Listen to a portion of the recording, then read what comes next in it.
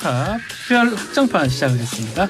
김준일 스타평론가 또 유닝 오피니언 라이브 여론부스 센터장 오셨습니다. 안녕하십니까? 네, 안녕하십니까? 야, 뚱이 아닌데 이런 웅탑이 돼야 된다. 네.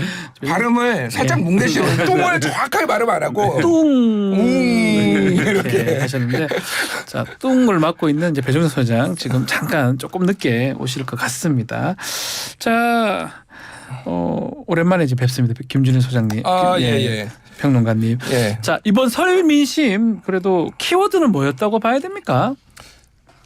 일단 제가 그 설민심을 제대로 청취를 못하고 네. 제가 히말라야 민심을 좀 알고 청취를 있습니다. 해가지고 그래서 그래서 다만 이제 조금 저도 이제 뭐 연휴 막바지에 와서 네. 이런저런 얘기를 듣고 뭐 들었는데 전체적으로 보면은 사람들이 아직 갈피를 못 잡는다 이건 것 같아요. 자 생각해 보십시오. 그러니까 설 연휴를 앞두고 굉장히 많은 정당들이나 정치권의 세력들이 숙제를 해치우듯이 막 뭔가를 쏟아냈어요. 맞아요. 왜냐면 이재명 대표 같은 경우에는 민주당 같은 경우에는 선거제도를 확정해서 이제 준연동형 유지 그리고 준위성 정당 이제 플랫폼 정당 설치하겠다 이렇게 얘기를 했고 뭐 윤석열 대통령은 이제 KBS와의 신년 대담. 네. 그래서 거기에서 이제 많은 또 논란과 화제가 이런 게 있었고 가장 충격적이었던 거는 금요일이었죠. 네.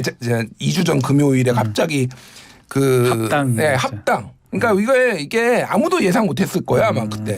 그래서 뭐 이런 이제 설 밥상 민심을 좀 차지하기 위해 경쟁이 있었다 이렇게 보면 될 것 같은데 누구 하나 제가 좀 물어봐도 누구 하나 우위를 점하지는 못했다. 그리고 아직도 굉장히 많은 부동층들이 실제 여론조사 지표를 보면 나타나고 있거든요. 있는 걸 보면은 이번 총선은 여러모로 역대급인데 특히나 어떤 특정 아젠다가 확고하게 조금 가져가지 못하고 전체적으로 보면은 조금 여러 어떤 프레임들이 충돌하고 있다 이렇게 보는 게 맞을 것 같아요.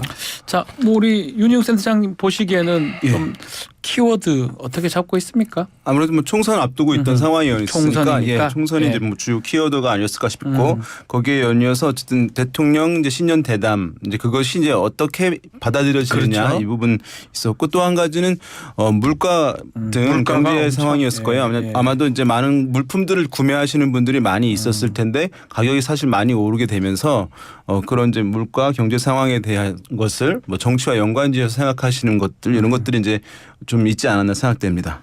이 신년 대담 얘기를 좀 하면 이게 그래도 뭐 다른 이슈들도 있었지만 가장 좀 설 때 가장 얘기가 좀 많이 됐지 않을까 생각이 드는데 이 설 영상 메시지가 반향이 있었다고 봅니까? 어떻게 해석을 해야 됩니까? 그러니까 반향은 있었는데요. 이게 이제 긍정적으로 그러면은 여론 지형상으로 반향이 있었느냐, 그 효과가 있었느냐는 조금 미지수인 것 같아요. 그러니까 반향은 두 가지 측면에서 반향이 있었던 것 같습니다. 그러니까 제 사람들이 궁금해했던 거는 김건희 여사의 명품백 수수와 관련해서 대통령이 어떤 스탠스와 어떤 발언을 할 것이냐, 요게 이제 가장 있었고 어쨌든 지금 여러모로 국정 수행 지지율이 낮고 불만이 정부에 대한 불만이 많은 것인데 그거에 대해서 어떻게 진솔하게 설명을 할 것이냐 그 부분은 아마 사람들이 제 주목을 했을 거예요. 근데 전체적으로 보면은 뭐 뒤에 또 김건희 여사 얘기도 하겠지만은 전체적으로 보면 김건희 여사는 사과는 없었고 뭐 논란만 더 커졌고 그리고 좀 자화자찬 성격이 너무 강했다. 그러니까 사실 대통령 신년대담이 참 어려운 거예요 원래. 자화자찬 왜 맨날 자화자찬하냐 이런 얘기들이 나오지만은 최대한 뭐 국정에 잘한 것들을 좀 홍보하고 싶은 그 마음도 이해를 하죠. 근데 또 국민들이 듣고 싶어하는 것에 대해서도 얘기를 해주고 진솔하게 본인이 잘못한 거는 인정도 하고 이런 것들을 또 사실은 원하고 그런 게 됐을 때 지지율이 올라가는 거거든요. 그 국정수행 지지율도 대통령 국정수행 지지율도 올라가고 이제 정당 여당에 대한 지지율도 어느 정도 영향을 주는데 이거는 플러스 마이너스를 좀 논하기가 좀 어려운데 본전치기도 조금 어렵지 않았나 사실상. 본전보다 좀 못하다. 그러니까 이게 이제 이렇게 특히 명품백 수수 관련된 내용이거든요. 이렇게 입장 표명을 함으로써 일단락된다고 봐야 될지 아니면 정권 심판론이 강화되고 있는 건지 이건 어떻게 봐야 됩니까? 일단은 이제 요것에 대해서 평가가 아무튼 우리 김준일 수석 말씀하신 대로 먼저 어떤 의혹이나 궁금했던 부분들이 많이 이제 해소됐다고 보기는 힘들 텐데요. 요 관련한 이제 여론조사가 나온 게 이제 있어서 잠깐 소개해드리면은 JTBC가 메타보이스에 이제 의뢰해서 2월 11일, 12일 무선 전화 면접 조사를 했는데 네. 대통령의 이제 이 아쉬운 표명, 김건희 여사의 명품백 수수와 관련해서 이것에 대해서 그 입장 표명이 적절했다고 보는지 적절하지 않았다고 보는지 질문을 했어요. 그랬더니만 이제 적절했다라고 하는 응답은 27%였고. 네. 적절하지 않았다라고 하는 응답은 67%였습니다. 그리고 이제 우리가 보수 성향이 상당히 이제 강하다고 얘기되는 대구 경북에서 봤을 때도 부적절하다고 하는 응답이 좀 더 높았거든요. 네. 그러니까 사실은 이것이 폭넓게 국민적 공감을 이제 산 부분은 이제 아닌 것 같아요. 다만 이제 이것이 그러면 말씀하신 대로 계속해서 이제 이슈가 되고 쟁점이 되어서 어떤 야권에서 얘기하는 정권 심판론 기류에 덧붙여지는 흐름으로 갈 것이냐 여부인 것인데요.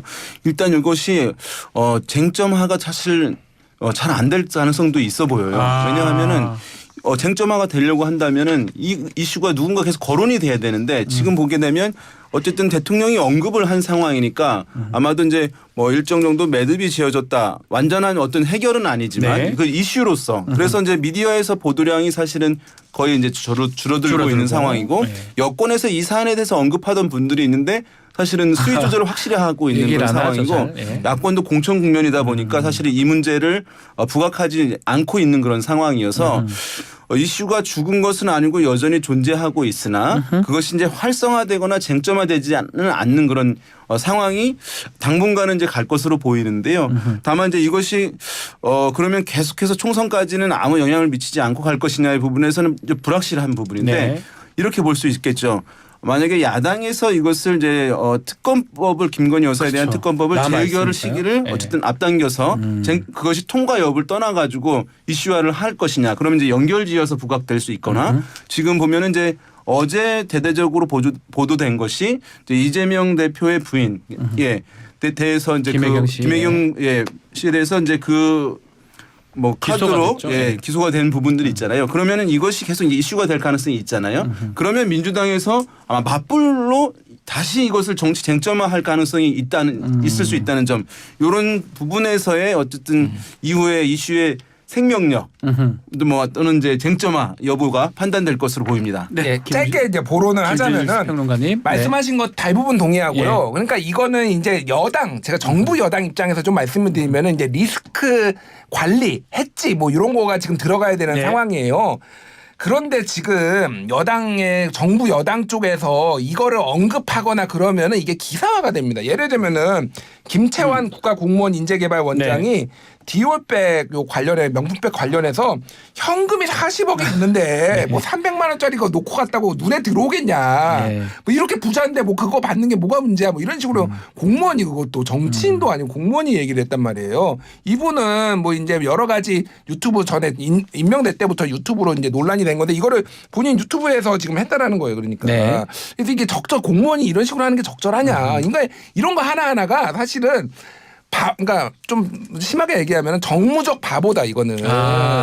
이게 누가 좋아하겠습니까? 정말 좋아할까요? 김건희 여사 쪽에서 그러면 얘기 안 하는 게 더 좋다. 얘기 안 하는 게 제일 좋은 거죠. 그러니까 그런 거고. 아까 얘기했지만은 이제 뭐 검찰이 뭐 정무적 고려, 정치적 고려를 했겠어요. 하지만은 어쨌든 김혜경 씨를 이제 기소를 하는 쪽으로 방향을 정했으면은 그럼 김건희는요? 국민들은 물어보는 거예요. 왜 안 왔냐. 근데 정부에서 대통령실에서는 지금 명품백 정보 비공개 결정하면서 국익을 현저히 해칠 우려가 있다. 어떤 국익을 해치는지에 대해서 전혀 나 솔직히 납득이 안 가거든요. 뭐가 국익이죠? 그러니까 좀 더 이런 것들은 정교하게 조금 설명이 좀 필요하지 않나 그런 생각이 자, 배종찬 소장님 모셨습니다. tung 배종찬입니다. 자, 배 소장님 방금 전에 이제 김준일 수석 에디터나 윤희용 센터장이 지적한 부분이 현재 이제 우리가 데이터를 분석하는데 기준이라고 봐야 되겠죠. 그러니까 김건희 여사 관련된 이슈는 논란이 되죠. 또 앞으로도 논란이 될 가능성이 높은데 핵심적인 건 그 부분일 거예요. 이게 이제 과연 그러면 총선에 영향을 주느냐, 총선에 또 결정적인 영향이냐. 그러니까 김건희 여사 명품백이든 그 문제 때문에 민주당으로 표심이 돌아서느냐 이게 중요한데 그런 것 같지는 않아요. 그럴 가능성은 그러니까 적다. 이제 예. 논란이 되고 있지만 논란이 안 되면은 순방을 수년할 리는 없겠죠. 그러니까 그건 인식을 하는데 그렇다면 더 적극적으로 수위를 높여서 대통령의 대담은 대담해야 된다 그랬잖아요. 그런데 파격적인 해명이 나오지 않는 이유는 결과적으로는 사과나 해명을 하는 게 그걸 기대하는 사람들은 많습니다. 네. 그런데 그렇게 하면은 계속해서 오히려 이것이 확대될 것이다라는 내부 판단이 있는 것 같아요. 그런데 만약에 김건희 여사 논란이 치명적이고 결정적이라면 이게 이제 여론조사 결과에 특히 이제 총선 구도에 영향을 미치겠죠. 물론 이게 이제 대통령의 대담 전에 실시된 조사 결과는 하지만 오늘 소개되는 모든 조사는 중앙선거여론조사 심의위원회 홈페이지에서 확인 가능합니다. 네. 4개 여론조사 결과입니다. 엠브레인 K-스테이트 리서치, 엠브레인 퍼블릭, 코리아 리서치, 인터내셔널 한국 리서치가 지난 5일부터 7일까지 무선 전화 면접 조사한 내용이고요. 자세한 사항은 말씀드렸죠. 자, 이 내용을 보면 국정 운영을 더 잘하도록 정부 여당에 힘을 실어줘야 된다가 47이에요. 근데 정부와 여당을 견제할 수 있도록 야당의 힘을 실어줘야 된다가 44예요. 이 이야기는 총선까지 계속 김건희 여사 관련된 논란이 있는데 이게 중요한 것 같아요. 그러면 총선에 이게 제일 결정적일까? 다른 이슈가 오히려 이 이슈보다 더 큰 이슈는 없을까? 뭐 86세대 또 청산 또는 이재명 대표 관련된 재판 리스크 어떤 결과가 나올지 지금 벌써 김만배 또 김인섭에 대한 결과가 나오고 선거 결과가 나오고 있죠. 그러니까 이런 것들이 더 영향을 미칠 것인가 하는데 일단 이 현재의 총선의 중요한 총선 구도와 같은 지표를 보면 네. 김건희 여사 이슈가 논란은 되지만 결정적인 것 같지가 않아요. 그리고 대통령 지지율은 이미 반영돼 있고 그런 부분 때문에 결과적으로는 더 추가적인 수위를 높인 해명이나 사과가 없다고 봐야겠죠. 자, 그렇다면 지금 좀 전에 말씀을 좀 하셨는데 독일하고 덴마크 가는 거 지금 공개 행보하는 거 아니냐 이런 얘기가 있었는데 지금 수년이 됐다고 하거든요. 수년이 지금 얼마나 뜨지 않고 수년이 됐는데 이게 좀 여론의 눈치를 본다 이렇게 봐야 됩니까? 그렇게 됩니까? 해석될 여지가 충분히 있다. 예, 해석이에요. 사실은 근데 이제 두 가지인 것 같아요. 하나는 네. 김건희 여사가 어쨌든 화면에 나오고 언급이 되고 하는 거가 우리가 환기죠. 부정적 환기를 일으켜가지고 이거에 선거에 영향을 끼칠 수도 있다라는 정무적 판단 하나. 또 하나는 대통령실이나 정부 여당에서는 네. 대통령이 굉장히 세일즈 외교, 세일즈맨 1호라고 얘기를 많이 하고 다니고 성과도 많다라고 얘기를 하고 있지만은 네. 전체적인 국민의 여론을 봤을 때는 상대적으로도 좀 더 너무 자주 나가는 작년에만 12번 매달씩 나가? 또 나가? 또 나가? 뭐 가서 뭐 했는데? 뭐 이런 이제 여론, 그 돈도 왜 이렇게 많이 쓰는데? 그냥 부정적인 여론이 좀 있단 말이에요. 네. 그러면은 총선을 앞두고는 뭔가 독일 가서 뭔가 엄청난 성과를 가져온다. 뭐 이랬을 때는 과감하게 뭐 김건희 여사랑 같이 안 가더라도 했는데 이게 뭔가 마땅치 않았을 가능성이 상당히 높다라는 거예요. 그러니까 성과를 뭐 눈에 띄는 성과가 딱 나오면은 그러면 갔겠죠. 그러니까 전체적으로 보면은 총선 이후로 조금 이런 걸 미루는 방향으로 지금 가닥을 잡은 거 아니냐 이렇게 봐야 될 것 같아요. 그렇게 해석하는 게 맞을 것 같다. 자, 그리고 이 설을 지나고 정당 지지율은 좀 어떻습니까? 뭔가 특이점 같은 게 지금 있는 상황입니까?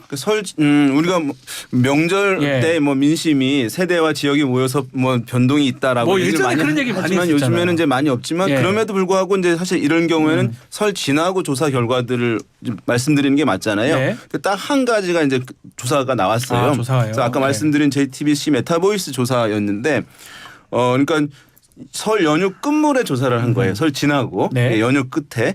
그래서 정당 지지율을 물어봤는데 더불어민주당 정당 지지율이 35%였고 국민의힘은 39%였습니다. 그러니까 보게 되면 사실은 요즘에 최근에 나오는 조사 결과들에서 정당 지지율이 좀 미세한 변화의 흐름들이 좀 있습니다. 그것을 이제 아직 단정적으로 얘기할 수는 없는 상황이어서 조심스럽긴 한데요.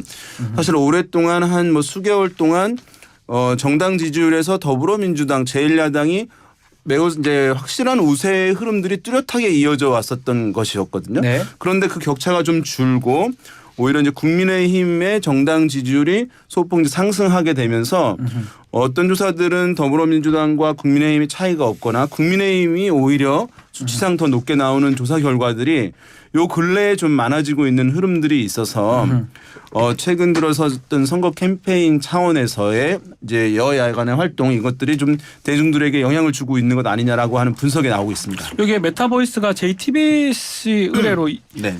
지난 11일부터 12일까지 조사한 내용이고 무산 전화 면접 조사인데 요거가 이제 지금 최근에 나온 조사다 이 말씀이네요. 네. 자, 정당 지지율이 뭐 설 전후가 많이 달라졌다고 보기엔 사실 어려운 건가요?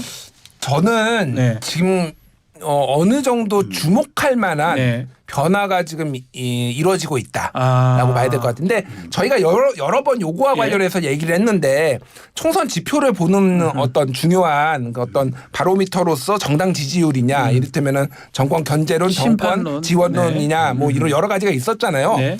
근데 확실하게 여론전문 저를 포함해서 여론전문가 얘기하는 거는 선거 초반에는 정당 지지율이 큰 상관이 없는데 뒤로 가면 갈수록 정당 지지율이 중요해져요. 그러니까 왜냐하면은 생각을 해보십시오. 그러니까 후보도 정해지고 어떤 이제 내가 이제 선택을 해야 될 거 아니에요. 그러면은 거기에 어느 정도 동조가 되고 있거든요. 근데 가장 요즘 최근에 확실한 트렌드는 국민의힘이 상승세다.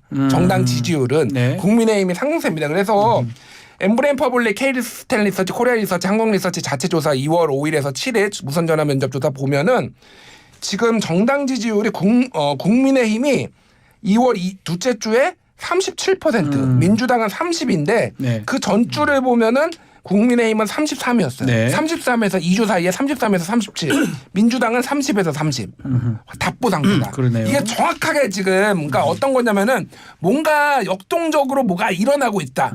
한동훈 비대위원장을 중심으로 이런 네. 것들이 지금 정당 지지율에 반영이 되고 있고 민주당은 뭔가 지리멸렬한 거예요. 그러니까 사람들이 보기에는. 그래서 부정평가 대통령 부정평가 그렇게 높음에도 불구하고 온전히 못 받고 있는데 중요한 거는 근데 그러면은 예를 들면은 아까 얘기했던 정권 지원론, 정권 심판론 요게 네. 변화가 유의미하게 이어져야 되잖아요. 그렇죠. 예를 들면 코리아 리서치가 MBC 의뢰로 2월 6일에서 7일 무선 전화 면접 조사한 거 보면은 올해 총선 여당 후보 당선돼야 40, 야당 후보 당선돼야 55. 그런데 이게 2023년 12월에 했던 조사는 여당 후보 당선 41, 야당 후보 52. 그래서 더 안 좋아졌어요. 더 격차가 벌어졌네요. 그러니까 이게 정당 지지율이 아직은 이런 전체적인 구도 정권 심판론을 뒤집지 못하고 있다. 이끌어가지 못하고 이끌어가지 있다. 못하고 있다. 아하. 하지만은 아까 전에 소개해드렸던 엠브레인 퍼블릭 그 네. 4개 여론조사 기관에서 같은 경우에는 역전됐어요. 그러니까 그러니까 정부 여당 지원과 정부 여당 견제 중에 어느 쪽이 더 공감이 가십니까 물어봤는데 정부 여당 지원이 그러니까 지금 국민의힘 지원이 47 네. 그리고 여당 견제 그러니까 민주당이나 야당을 지원하겠다가 44. 근데 그 전주 2주 전에는 그게 민주당 지지가 48, 야당 지지가 48 그리고 국민의힘 지지가 42였으니까 이게 바뀌었네요. 크로스가 황금 됐어요. 크로스가 된 거네요. 근데 다만 요 여론 전국 지표조사 MBS는 굉장히 국민의힘에 좀 잘 나오는 편이에요. 상대적으로 이게 틀렸다 맞았다 그런 것보다도 추세가 그렇다. 보수 패널이 조금 많이 좀 이게 표집이 되는 경향성이 있는 걸 그걸 감안하더라도 어떤 거는 조금 변화가 있고 이렇게 정부 지원론, 정부 견제론이 어떤 거는 좀 반대로 가고 있고 뭐 이런 추세가 있다 이렇게 보시면 될 것 같아요. 국민의힘 얘기부터 해보면 결국 지금 한동훈 위원장이 이제 하는 거잖아요. 운동권 청산론도 얘기를 했는데 지금 다큐멘터리 건국전쟁 인증샷까지 올리면서 또 이승만 또 마케팅도 하는 모습입니다.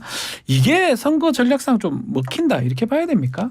그럼 뭐 이제 60대나 뭐 70대 이상 유권자를 더 결집하는 데는 결집 효과가 이승만 있을 마케팅이 것이다. 효과가 있는지 모르겠는데 네. 다시 뭐 이념 전쟁을 꺼내들어서 딱히 선거판을 요동치거나 뒤흔들 만한 그런 기제가 될 수는 없는 거고요. 그 정도는 안 될 것이다. 중요한 건 이제 네. 지금 제일 집중하는 건 이 한동훈 위원장의 86 운동권 청산이냐 청산론. 아니면 이제 네. 검찰 독재 청산이냐 이게 예. 이제 맞서 있는 상황인데 그러다 보니까 86 운동권 청산에 대해서 홍익표 더불어민주당 원내대표 같은 경우에는 뭐 네. 친일파 또 이야기까지도 그렇죠. 거론이 될 정도입니다. 그런데 지금 일단은 이 86 운동권 청산이 상당히 공감을 얻는 건 분명해요. 이게 선거에서 빼앗은 효과는 분명히 있어요. 네.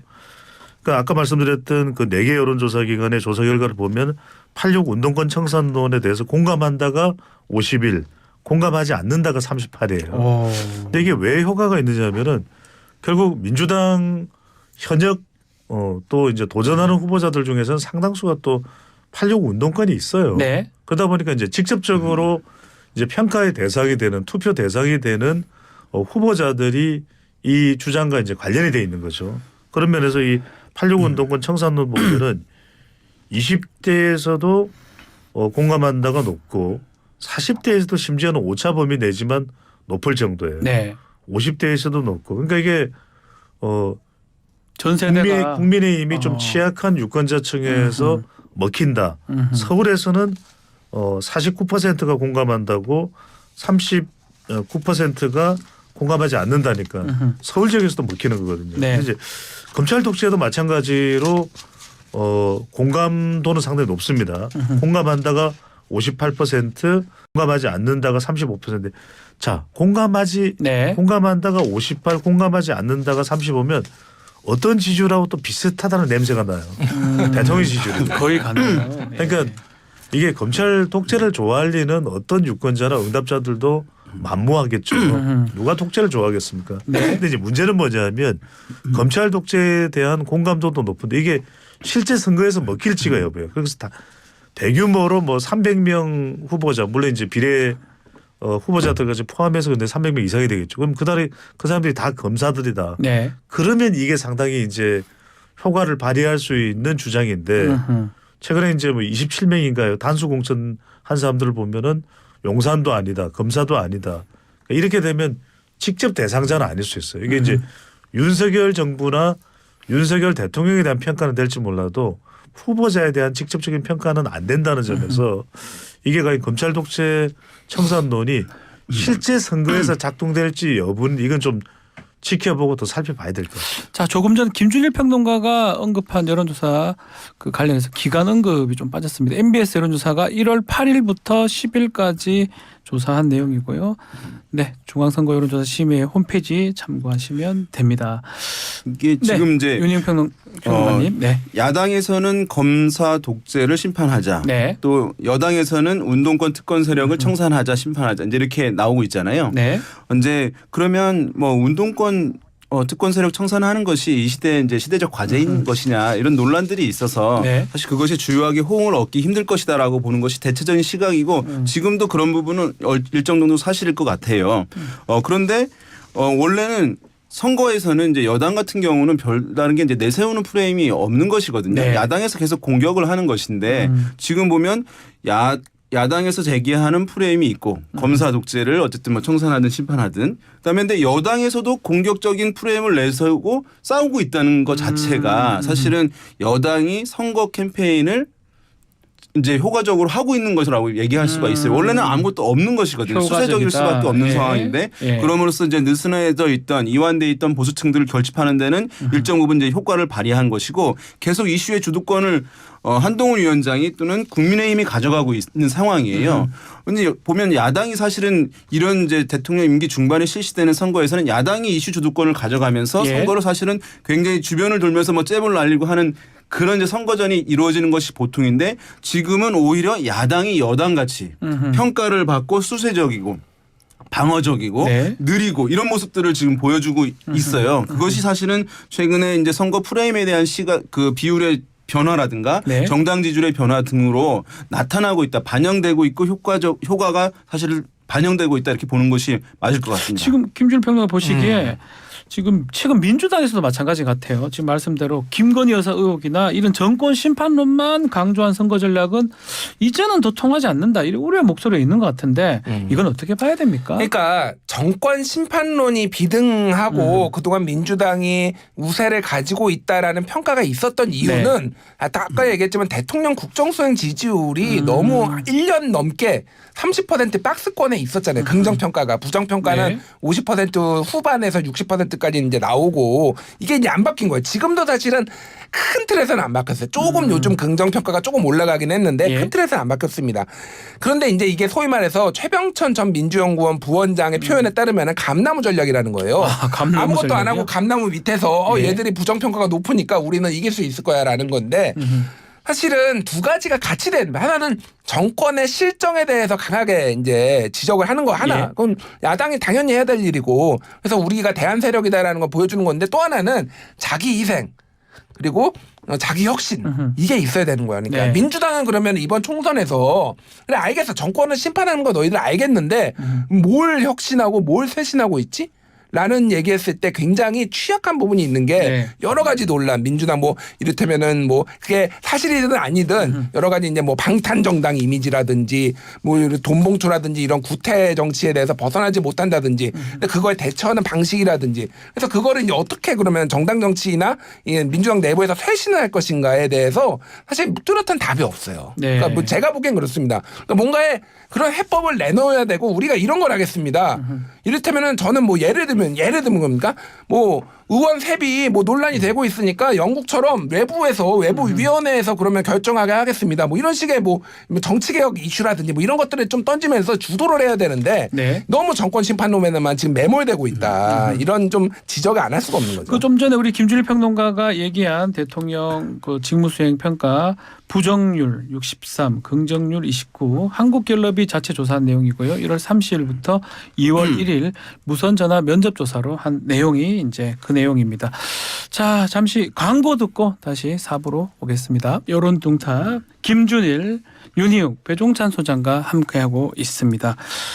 자, 지금 각 당 이제 공천을 지금 하고 있습니다. 아마 총선 승패를 가를 수 있는 변수 중에 뭐 가장 큰 변수 중 하나가 또 공천 아닌가 생각이 드는데 이 초반의 여야 상황도 한번 짚어보겠습니다. 공천 잡음이 크면 클수록 선거에 진다.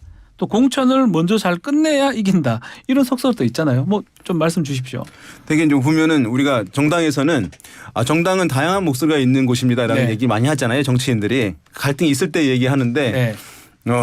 일사불란한 것이 사실은 대중의 좋은 평가를 받았습니다. 아, 그러니까요. 예. 왜냐하면 우리도 잡음이 없는 게 좋아해요. 예. 네. 그래서 뭐 다양성도 좋지만 그래서 뭐 버스를 비유하면 덜컹거리고 흔들리는 차에서 내리고 싶잖아요. 네. 예, 그런 거 마찬가지로 그래서 지금 이제 공천에서 얼마나 이제 갈등이 적냐 이제 이 부분 매우 이제 중요할 것인데 지금 보게 되면 사실은 이제 여당의 공천이 상당히 어지럽게 혼란스럽게 전개될 것이라고 하는 예상이 많았습니다. 왜냐하면 뭐 용산에 이른바 네. 윤심 공천이 있고 또는 새로운 비대위원장이 이제 한심 공천도 있을 네. 것이고 네. 기존의 이제 후보들과 충돌하면서 이런 흐름대로 갈 것이라고 했는데 지금까지 아직 다 이루어진 것은 아니고 일부만 드러나왔습니다만 지금까지 사실은 굉장히 매끄럽게 진행됐다고 평가가 되고 있는 상황이거든요. 네. 그래서 사실 야당으로서는 지금 매우 긴장되고 있는 상황입니다. 그러니까 이 경우에도 야당이 오히려 평가를 받는 상황이 돼버린 거예요. 여당은 1차 공천이 일정 정도 이제 마무리가 되면서 네. 순조롭게 되었는데 야당은 내부에서 실제보다 사실 더욱 부풀려져서 그 갈등과 잡음이 있는 것으로 이제 외부로 알려지고 있는 것이거든요. 네. 그런 상황에서 봤을 때는 이제 1라운드에서는 사실 지금 오히려 야당이 약간 공천과 관련해서 이제 부정적 평가 시선들을 높게 받고 있는 지점이 있다 보겠습니다. 그 부분이거든요. 어제 이제 국민의힘 단수 공천 1차 발표가 됐는데 특히 석동현 전 검사장 그러니까 대통령 40년 직이라고 알려진 사람 컷오프 됐다고 얘기를 하고 결국은 윤석열 대통령이 어떠한 특혜도 없다라는 얘기 지금 이 결과만 봤을 때는 맞는 것 같기도 하고요. 어떻게 봐야 됩니까? 일단 제가 짧게 얘기하겠습니다. 지금 국민의힘 내부 분위기를 보면은 네. 공천과 관련해서는 확실히 무게 중심추가 한동훈한테로 이동했다라고 다들 보고 있어요. 그러니까 예. 자 용산에서 30명 그리고 장차관 포함해서 전체 50명 정도가 나왔습니다. 네. 거기에서는 이제 영남으로 가신 분도 꽤 있고요. 수도권에 이제 지금 국민의힘에서 서울 발표하고 오늘 이제 인천 경기 발표하고 지금 저기 PKTK는 뒤로 밀어놨어요. 거기가 네. 이제 가장 핵심이긴 한데 네. 지금까지 나온 걸로만 보면은 대통령실 출신들 한 명도 단수 공천은 못 받았어요. 맞습니다. 다 경선 붙이고요. 네. 장차관 출신들은 권영세 장관을 빼놓고는 모두가 다 경선입니다. 그리고 방금 얘기했듯이 석동현 뭐 40년 지기 석동현 사무차장 네. 이분은 아예 컷오프 됐어요. 컷오프 됐죠. 그러니까 이게 쉽게 얘기를 하면은 자 윤심 논란 차단하겠다라는 한동훈 비대위원장의 약간 강한 의지예요. 근데 요것만 하기도 그러니까 소위 말해서 한심이란 게 있잖아요. 네. 한심. 그러니까 이렇게 한동훈이 이 비대위원장이 이렇게 손들어준 사람들 있잖아요. 막 이렇게 네. 뭐 이 사람이 가서 나가서 싸워야 된다. 이 사람들도 대부분 경선을 붙여버렸어요. 그러니까 예를 들면 김경렬 이제 비대위원은 아예 불출마 선언을 했지만은 네. 윤희숙 여기도 이를테면은 경선 붙여버리고요. 이를테면은 뭐 직접 뭐 한심인지 뭐 아닌지 모르겠지만은 마포갑 같은 경우에도 이제 조정훈이라든지 여러 뭐 신지호라든지 여러 명이 이제 나왔잖아요. 네. 여기도 이제 경선으로 가는 네. 분위기를. 그래서 하여간 이게 약간 제3지대 효과인데 제3지대가 이번에는 약간 크게 판이 벌어질 가능성이 높으니까 아하. 최대한 공천을 조금 신중하게 하는 분위기가 양당에서 모두가 나타나고 있다. 공천 잡음을 줄이는 방향으로 하다 보니까 1차 공천에서는 이렇게 됐다. 그렇죠. 그럴 수밖에 없는 게 뭐 최종 공천 결과가 나오더라도 네. 반발하기가 쉽지 않을 거예요. 이게 워낙 진영 간 대결 구도에서 그럼 반발해서 얻는 이익이 뭐가 있을까? 그러니까 집권자 여당에서는 반발하는 사람들을 잠재울 수 있는 다른 카드들이 많죠. 윤 정부에서 뭐 자리를 줄 수도 있고 다음 지방선거에 나갈 때는 배려해 주겠다. 네. 그러니까 지금 반발할 만했던 사람들도 입을 다물고 있어요. 강서구의 김성태 전 의원도 결국 수용하겠다는 거 아니겠어요. 그러니까 이제 이러려면은 윤한 충돌 과정에서 한동훈 위원장이라도 누군가 반발하는 목소리를 편들어줘야 되는데 그런 목소리가 없어요. 그래서 결과적으로는 공천은 전반적으로 국민 여론은 부정적입니다. 지금 뭐 어디 이런 따위의 공천을 하느냐라는 여론이 있지만 어허. 국민들은 내용을 또 세세하게 모르니까 예. 이게 뭐 공천 기준이라는 게 있지만 그걸 유권자들이 꼼꼼히 따져보기는 매우 어려운 구조예요. 대한민국의 공천은. 그러니까 내관이 될 수는 밖에 없는데 그 내관이 진영 간 대결 구도이니까 일종의 미봉책으로 흘러가는 건데 핵심적인 건 이걸 봐야 돼요. 영남이 어떻게 될 거냐. 그게 이제 그러니까 이제 사실은 국민의힘은 뭐, 영남이에요. 영남에서 이른바 특히 PK 지역에는 수용을 하는 상황이면 적절하게 한 반반 정도 반반이다. 반짜 반짬이 되겠죠. 예. 반은 짜장, 반은 짬뽕. 그렇게 해서 이제 TK 지역도 마찬가지로 절반 정도는 이제 이 용산 또는 뭐 검찰 법조인 출신의 이제 믹스가 되겠죠. 네. 그런 부분을 대통령실은 이제 한 위원장과 이철규 공관위원회 과정을 통해서 중간 매개를 통해서 이제 절충하는 쪽이 될 테고 이제 수도권은 이 더불어민주당 쪽으로 가보면 이거는 이제 문명 충돌이죠. 그러니까 친문과 친명의 충돌인데 결국은 뭐 호남보다는 이제 수도권이 될 겁니다. 수도권에 예. 상당히 많은 현역이 있는데 이 부분도 결국은 이제 인물로 보면은 기준이 되는 건 임종석 전 대통령 비서실장인데 임종석 전 실장을 내치면 이거는 문명 갈등이 최고조에 달하거든요. 그래서 적어도 임종석 전 실장은 수용 가능성이 높을 거예요. 안 그러면 이게 상징적으로라도 문재인 전 대통령과 이재명 대표 사이에 충돌이 돼버리기 때문에 또 하나가 이제 조국 전 장관인데 임받 조 못 받아 이런 식이 되는 거죠. 그 무슨 말입니까? 그러니까 임 전 실장은 받아들이되 그래서 문재인 전 대통령은 상당히 교감을 하는 박홍건 단장입니다. 이름이 무슨 명칭이 이 조직의 명칭이 기니까 제가는 말씀도 안 드릴게요. 길어. 저도 까먹었어요. 네. 이제 단장인데 박홍건 네. 의원이 전 원내대표죠. 상당히 문재인 전 대통령과도 교감을 합니다. 그래서 조국 전 장관이나 또 신당은 절대로 안 된다라고 분명하게 선을 긋고 있기 때문에 친문 간의 갈등을 임 전 실장을 받아들이는 정도로 일단락시킬 가능성이 상당히 높기 때문에 네. 공천은 마음에 안 들죠. 일반 유권자들이 볼 때는. 그럼에도 불구하고 미봉책으로 간다 이렇게 봐야 될 것 같아요. 민주개혁 진보선거연합 추진단 단장입니다. 자, 국민의힘부터 얘기를 좀 하면 영남권이 이제 핵심이 될 것이다라고 지금 짚어주셨는데 특히 이제 대구에 이제 갔을 때 TK일 것 같아요. 예컨대 5선의 주호영 또 PK 지역이라면 7선 도전하고 있는 김무성 전 대표 또 대구 지역의 유영아 변호사 이게 공천 내각이 되지 않겠냐 이런 얘기도 있는 것 같습니다. 어떻게 보시는지요? 그 중에서 이제 어쨌든 대구의 주호영 의원 네. 그다음에 김무성 전 대표 예. 부산에 이제 예. 두 명이 주목되는 상황인데요.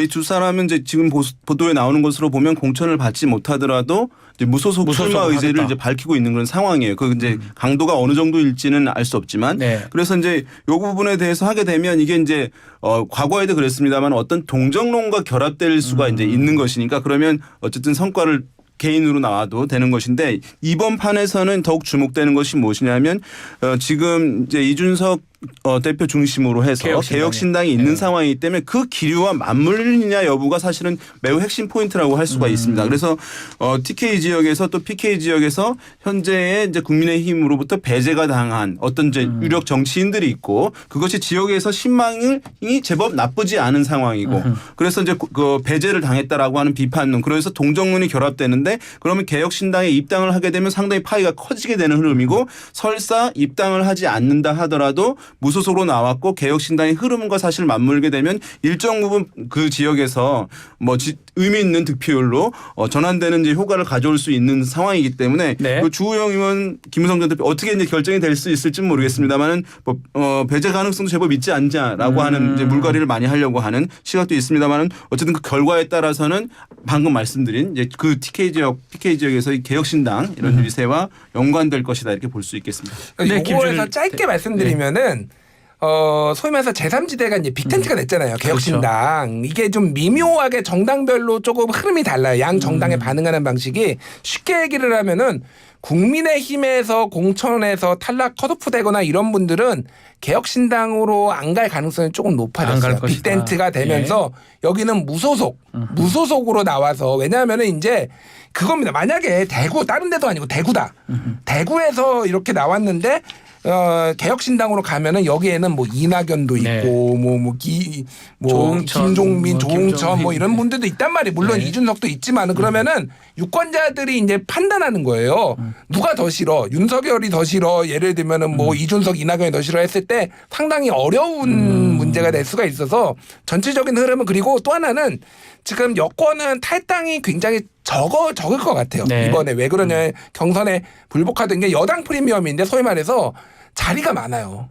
공공기관장도 있고 뭐 장관도 있고 이를테면 대통령실도 있고 이러니까 이거를 분배를 최대한 할 수 있다라는 시그널들을 계속 보내고 있거든요. 지금. 그러니까 생각보다 TK에서 무소속으로 나오시는 분들은 있을지언정 많이 개혁신당으로 가지는 않을 거다라고 보면 될 것 같고 오히려 약간 민주당 쪽이 개혁신당으로 가는 민주당에서 컷오프 분들이 더 좀 많아 보여요. 지금 제가 들은 정보나 이런 걸로도 준비하고 있는 분들이 좀 있습니다. 그러니까 그 하위 20%는 민주당이 아예 통보를 안 하고 있어요. 그래서 최대한 늦추고 있다 지금. 통보하면 나간다고 할 수도 있기 때문에 수도권이 중요한데 수도권의 경우에는 이제 개혁신당이 등장하면서 우리가 이 지점을 좀 잘 볼 필요가 있을 것 같아요. 그러니까 지금 관련된 조사 결과를 보더라도 그냥 개혁신당을 이야기를 하면은 개혁신당이 뭔지 지금 유권자들이 잘 인식을 못 하고 있을 거예요. 그런데 이제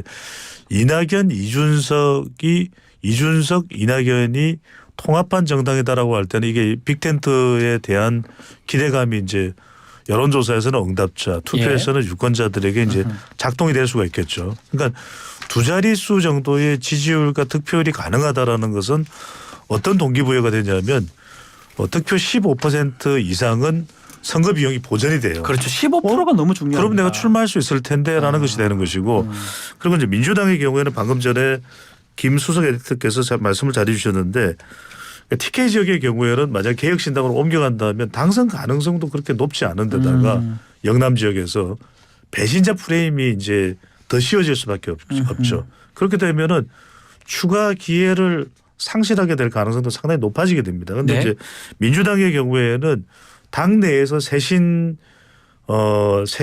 이 경쟁을 벌이다가 다툼을 벌이다가 나온 원칙과 상식이나 또 이낙연 전 총리의 면모이기 때문에 배신자 프레임보다는 억울한 프레임이 작동될 수가 있어요. 그러다 이제 현역인데 공천을 못 받았다 그러면 수도권을 말씀드리는 겁니다.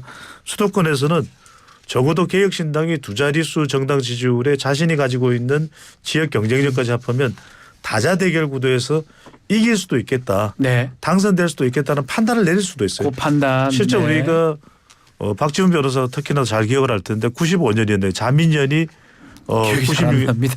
오래됐네요. 오래됐나요? 1995년 대학생 때라서. 기억할 줄 알았죠. 기대했는데. 자민련. 그래서 자민련이 그때 상당히 많은 의석수를 대구에서 확보를 했을 때도 기억나네요. 그러니까. 지금 났죠. 그죠? 대구에서 살 때니까. 잊혀졌던 기억도 되살리는 접니다. 그래서 그런 상황을 본다면 현직 의원들 중에서는 방금 전에 김수석 에디터가 말씀하신 대로 민주당에서는 상당히 개혁신당에 대한 노크를 한번 타진해 볼 수가 있는 거죠. 개혁신당 얘기를 좀 해보면 결국 지금 합당 뭐 창당했는데 지금 상황에서 개혁신당 파워 현재 시점에서는 좀 가늠해 볼 수 있을까요? 최근 나온 조사 결과를 보게 되면 아까 소개해드린 것도 그렇습니다만은 그렇게 파괴력이 이제 눈에 띄게 커지고 있는 상황은 아닙니다. 그래서 사실 여러 충분하게 이제 어떤 것을 하겠다라고 하는 것들, 그다음에 다양한 세력이 있어서 그 이제 시너지 효과가 발현되지 않고 있는 그런 상황인데 제가 봤을 때는 1당과 2당이 위성 정당을 만드는 시기, 그때가 사실은 제가 봤을 때 마지막 기회일 가능성이 높아 보입니다. 중요한 기회이면서도 마지막 기회. 왜냐하면 제3정당이라고 하는 것은 본인들이 열심히 잘하면 뭐 지지율이 올라가는 부분도 없지는 않겠지만 기본적으로 1당과 2당에 대한 국민적 불신이 고조됐을 때 사실 기회가 열리는 것이거든요. 그런데 지금 상황에서는 1당과 2당이 일반적인 지지 기반을 가지고 있는 상황인데 위성정당을 만들 때 그것에 대한 문제점 제기하는 기류가 아마 형성될 가능성이 높습니다. 의원 뭐 꿔주기 이런 것들을 하게 되면서 그때에 그런 이제 양당에 대한 반감을 제3정당, 이 개혁신당이 어느 정도 그 파도에 올라탈 수 있느냐 여부, 그것에 따라서 이번 총선에서 개혁신당의 어떤 성과, 위력 이런 것들이 뭐 가늠되지 않을까 생각됩니다. 결국 지지율인데 같이 한번 말씀 주십시오. 그러니까 이 지금 공동체제 이것도 변수다 이런 얘기도 있고요. 같이 맞아요. 좀 그러니까 이게 이제 새로운 예전에 이제 바른미래당의 이제 모델을 떠올리시는 분이 많은데 문제는 바른미래당은 이 체제로 선거를 치른 적이 없습니다. 그러니까 각자 치르고 나중에 이제 필요에 의해서 붙였다가 이제 결국은 쪼개지는 이런 상황이었어요. 그래서 이 모델이 생각보다 특히 양당의 대표를 했던 분들이 나와가지고 이렇게 한 사례가 없습니다. 그러니까 물론 이게 또 정당의 크기가 작고 그런데 진짜 거대 양당 두 정당이 딱 나와가지고 이렇게 한 사례는 없거든요.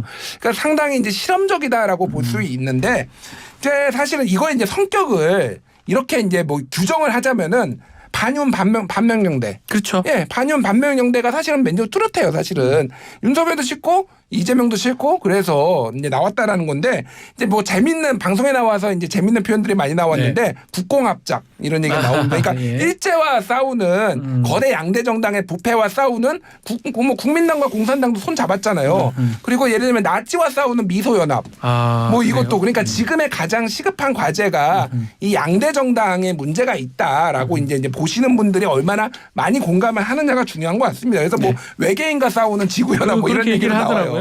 중요한 건 그겁니다. 이것만 가지고는 부족해요. 그래서 제가 좀 제안을 드리고 조금 뭐 조언을 드리자면은 하나는 지금 이 내부 갈등 문제가 개혁신당과 관련해서 너무 많이 보도되고 있어요. 그러니까 아까 얘기했듯이 갈등을 좋아하지 않습니다. 그러니까 전선을 지금은 통합을 했으면은 이제 어느 정도 추스리고 그리고 언론에 나와가지고 또 누가 페미니스트가 되네 안 되네 뭐 전장현이 되네 안 되네 이런 얘기를 할 게 아니라 전선을 어떻게 그을 것이냐에 대해서 내부적으로 좀 같이 논의를 하고 언론에서도 공동 보조를 할 필요가 있다. 나와서 계속 이제 언론은 그런 것들을 질문할 수밖에 없잖아요. 그렇죠. 당연히 질문하면 또 대답을 해야 되고 그게 프레임화되니까 좀 정교하게 언론에 나와서도 하나를 해야 된다라는 거 하나가 있고 또 하나는 굉장히 중요한 문제인데 자 이념적으로 다른 사람들이 뭉쳤잖아요.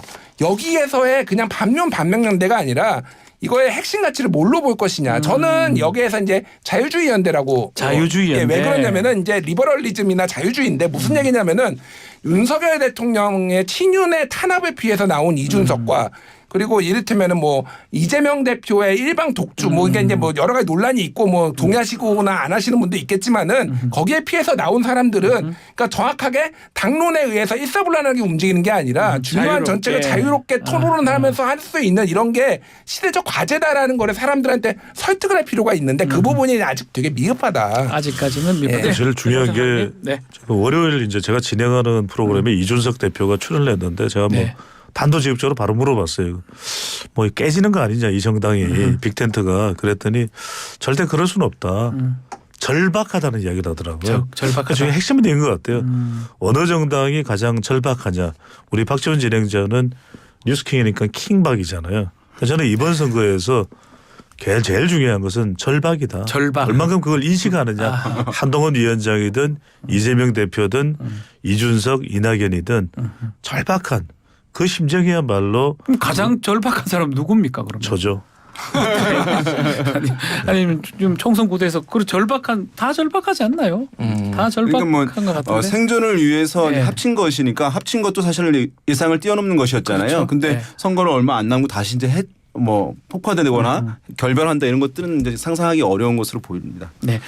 자 마지막으로 지금 이 제3지대 이 개혁신당 공관위원장이 김종인 위원장이 언급됐다가 뭐 어제 프로는 아니라고 하던데 어떤 사람이 될까 이것도 좀 중요할 것 같기도 한데요. 김종인 위원장의 특성이 뭐냐면요. 집에 찾아가서 모셔줘야 돼요. 밤 3박 4일 지키고 앉아 있고 발목 잡고 좀 도와주세요 하면은 이분은 다 합니다. 이게 마음이 약해요 이분이. 네. 그리고 그 여사님이 부인께서 에휴 좀 들어주세요 이렇게 또 한마디 하고 김미경 여사님이 뭐 이런 흐름이 있거든요. 예. 지금은 일단 아니라고 합니다. 근데 저는 아니고, 김종인 위원장이 굉장히 중요한 게 이 당이 약간 그러니까 비등비등한 사람들끼리 와가지고 서로 약간 경쟁하는 분위기가 있는데 거기에 윗사람이 조금 더 교통 정리를 해주는 모습이 굉장히 중요하다. 그래서 김종인은 좌에서도 해보고 우에서도 해봤으면 이제 중간에서 뭔가 본인의 성과를 내는 거에 명분도 있어요 사실은. 그래서 본인이 다 실패했다라고 문제 많다라고 했으면은 본인이 그리고 금태섭 뭐 이준석 이렇게 컨설팅도 해줬잖아요. 그러니까 저는 오시면 좋겠다. 네. 알겠습니다. 자, 오늘 여론뚱탑 여기서 마무리를 하겠습니다. 윤희웅, 김준일, 배종산 소장 세 분 감사합니다. 감사합니다. 고맙습니다.